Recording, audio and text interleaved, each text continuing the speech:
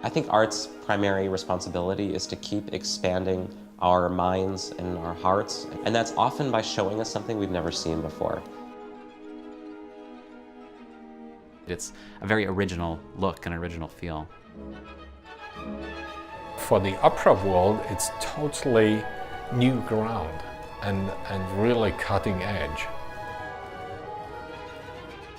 This piece, you know, this fantastic music, full of power of nature, the beautiful pictures.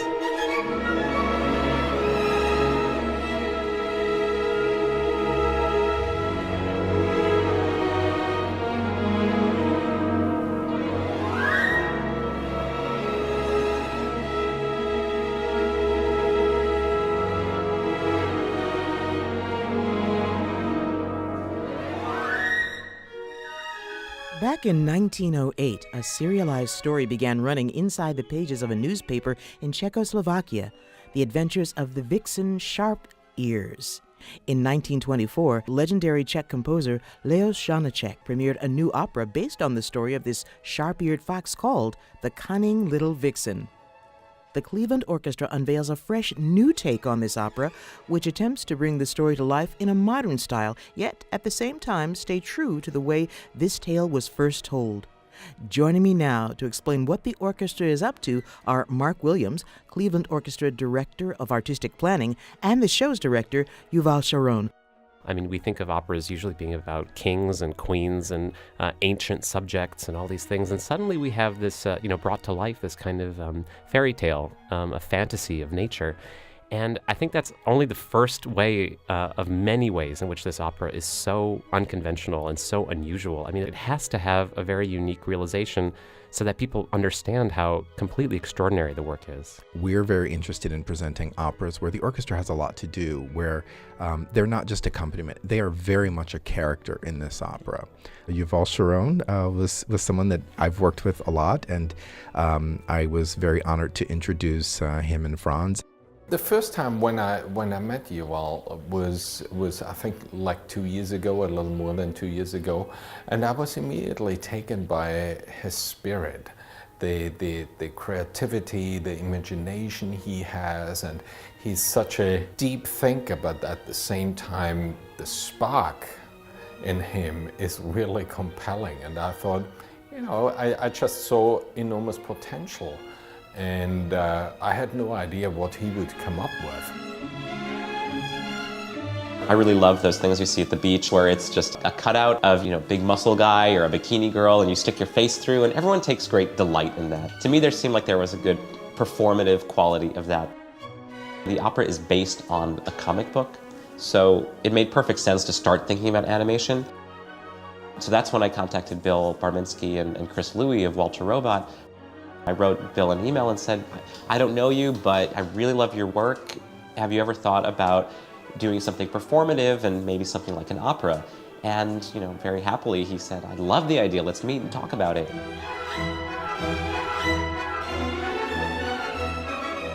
Janáček, when he wrote this piece, it was very much inspired by cartoons. So to do that with animation is like being really close to where the composer came from. Love that. Yeah. Beautiful. Kind of like this dissolve, it kind of indicates time passing, like he's going a long way. Yeah. I like the different layers. And then we have to have just a better transition into our first location, our first static location. The aesthetic of it really is what Bill and Chris have developed. So it's not like the comic book.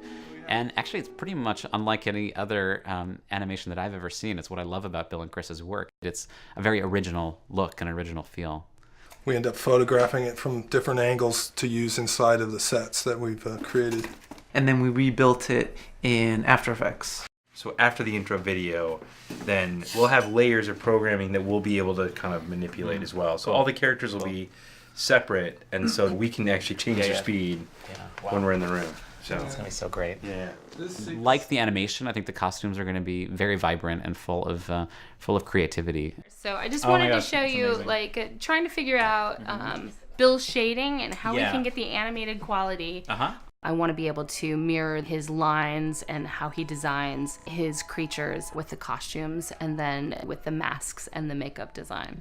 This is the start of it, but basically it just and finishing slides on. Gosh, it looks great. Oh yeah, your eyes super really. soft. They do. And if I had the, my eyes were white underneath. Yeah. And I mean, we could even give them black. And like all great collaborations, I think all of us are pushing each other to think about the piece in ways that are really exciting.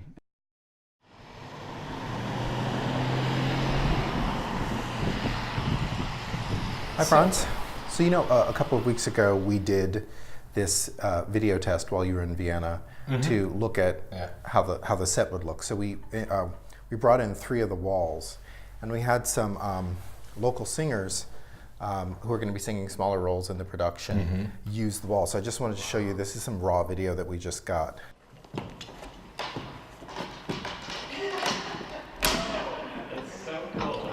When I saw first the sort of first ideas from them, I just couldn't imagine what it really would look like. It's fantastic.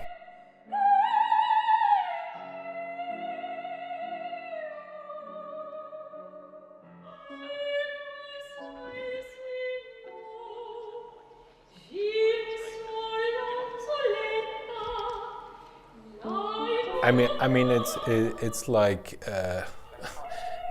like a new art form. Usually, you have the stage sets really static, and now it looks like the set is moving. You have the feeling you're actually in the set. Exactly. You're really part of the story, not just observing or watching something. You're actually right in it. It's amazing because, with all my experience in opera, I've never seen anything even close to that. It was all like a leap of faith, trusting Yuval and trusting that when somebody put holes on top of our animation that it wouldn't just look silly. So today was really good and confidence building in that it really, really works. And especially when that woman came out and sang, that just changed everything. The first thing I wanted to do is maybe just give you guys all an orientation of the set. The ideas for this had to kind of be something of a hybrid. We came up with this idea, which already has within it the kind of joy that the piece needs. For the singers that sing the animals, it'll be a highly choreographed flowchart for them as to which portal they need to arrive at any given moment. And they'll be moving around a lot. They're animals, after all.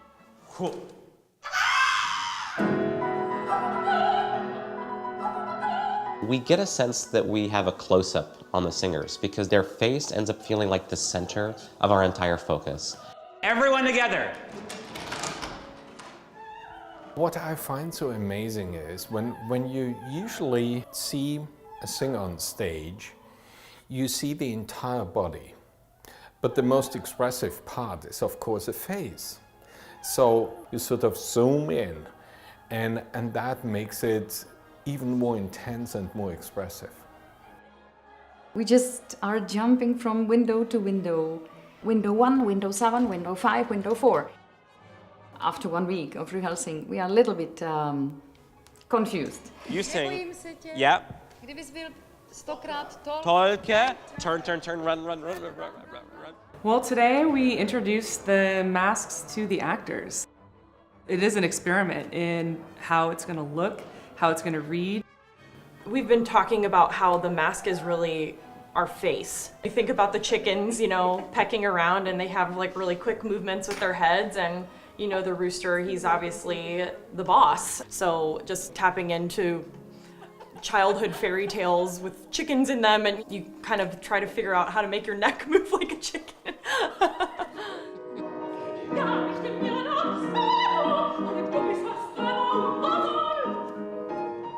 I'm used to sing in Italian, in German, in English. And suddenly to sing in my own language, in Czech language, in my Moravian dialect. I came to Cleveland and I can be home.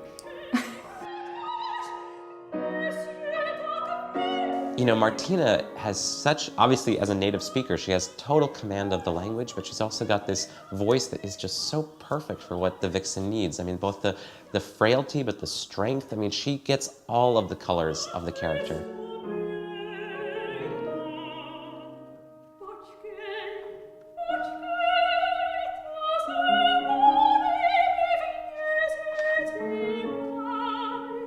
It has to be a really intense moment, yeah? Because you're setting up what's to come now, okay? To convey that, certain things have to get more exaggerated. Because for you it's normal, but for, you know, for the audience, they have to see, my God, and hear it as well, yeah? When you sing this, non des mulieri corpus tuum, if you could color that sort of very bright, all right? Yes. And. Yeah, good. Yes, exactly. Very good. The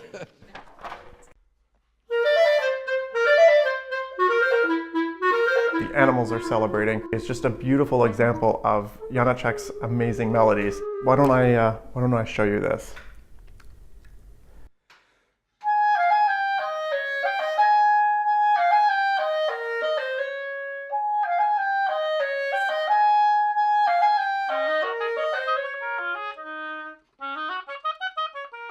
Janáček has a very specific musical language. He uses the orchestra to create a kind of sense of nature, a place of busyness, of kind of craziness, but also of a regularity, like the buzzing of the bees matching the sort of the rustling of the leaves.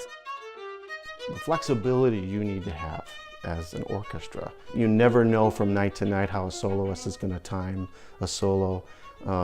And so in that sense, it's everyone's on their best behavior because you have to survive. I think the reason I love opera so much is because it's inherently a collaborative art form. It's not about me as an auteur. It really is about the team that brings this piece together. And I know I'm the guiding spirit. That's my primary job, is to really inspire everyone to do their best work. But it's everyone else's project just as much as it is mine. Jason's project, Chris's and Bill's project, Martina's project, Franz's project, Cleveland's project.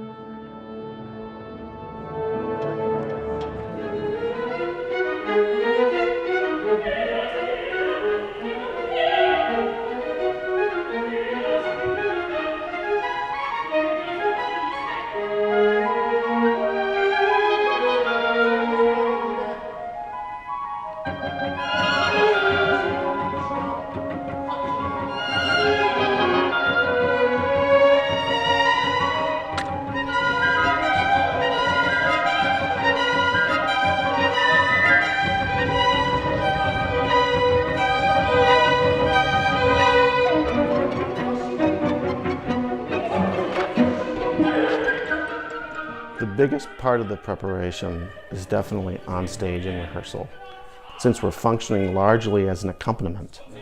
And we have no visual cues from the soloists.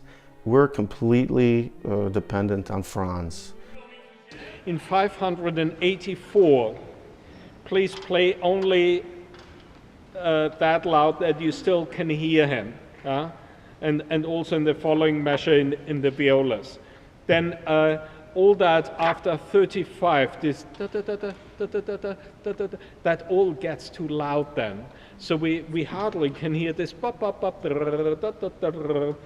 then from 595 and 597 we really can go for it again. Not knowing anything about animation and film and all this, I was worried that we would run into timing problems. But these guys are so great that when I asked you all, and he said, no, we adjust to it. So I don't know how they do it, but so far there have been absolutely no problems. It's a big challenge to have this much animation in, like a 90-minute opera. It's wall-to-wall animation.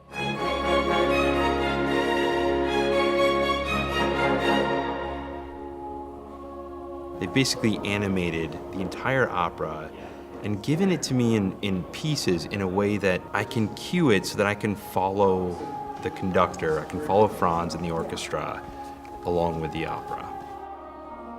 They are able to move the figures on your own tempo, because I am not a machine and I will not sing every day the same.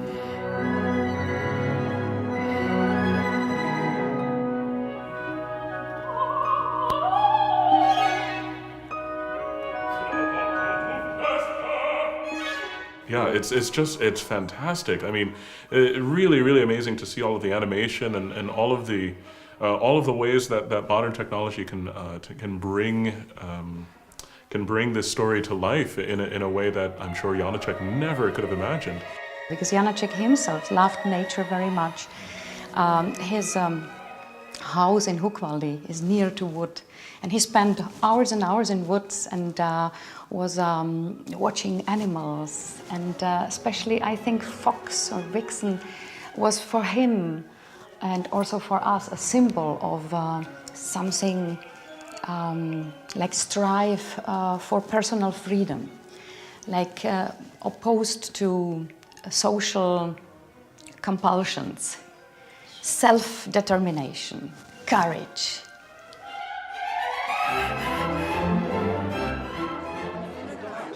10 minutes. 10 minutes until the top of performance. 10 minutes, please. People sort of in the opera world are talking about it because it's different. It's something completely new, something which never has been done. We're going to talk about something really innovative. Performance called The Cunning Little Vixen. This sounds so cool. Animation, singing, music. What's going on in Cleveland? What is this new idea, this new production technique? Taking on a piece like the Vixen, yeah, it's getting a lot of attention. I hope that people come to see this production, and I hope that's a really wide swath of Cleveland. This fantastic music of power of nature, the beautiful pictures, just joyful. The whole universe just sort of opens into this really beautifully charming story. Surreal, isn't it? I know, all this That's really great. years in the making. And then... I'm very eager to see the animation. I think the fun part of tonight is going to be to see the blending of the animation with the music and the singing and the beautiful old hall that we have here. And to combine that in Severance Hall. I mean, I couldn't even find the words to really describe that unless you're actually there.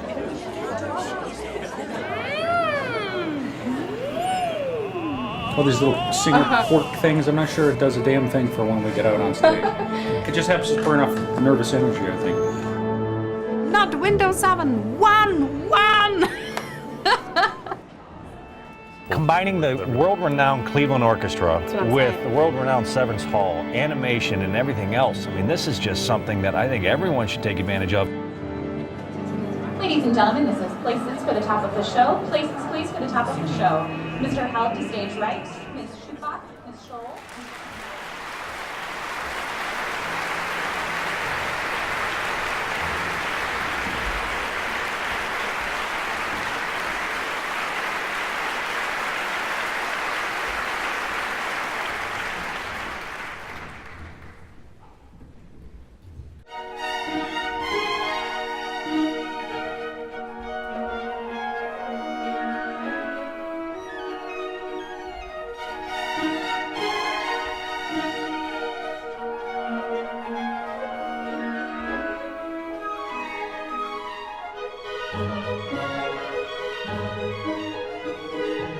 I think this production is sort of stimulating the fantasy of people who watch it. For instance, in the first little ballet of the Blue Dragonfly, you feel like you're flying with that, next to the dragonfly.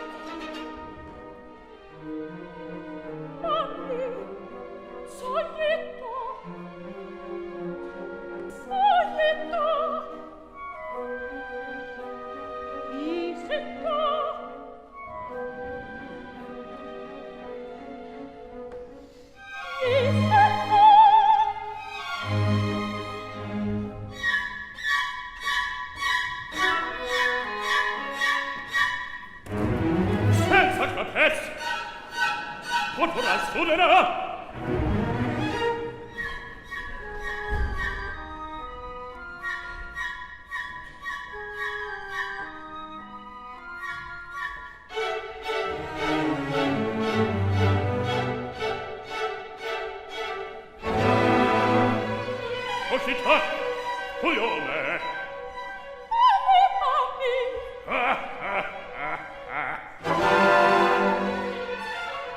Ora sulle sedie husky!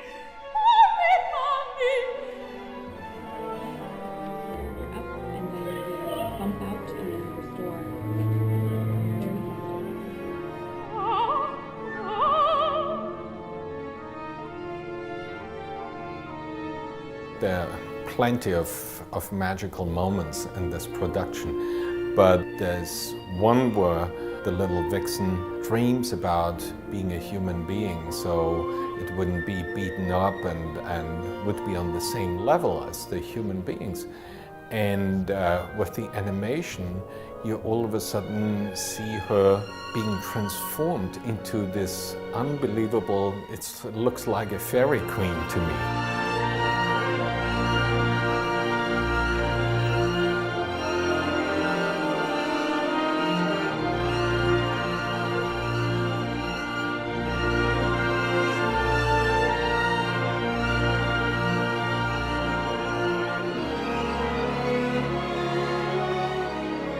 What's the reinvention of opera? For the first time, I have to say, I feel that this is something where this art form gets revived in a way. I find it exciting beyond just doing it now with the Cleveland Orchestra and the great cast.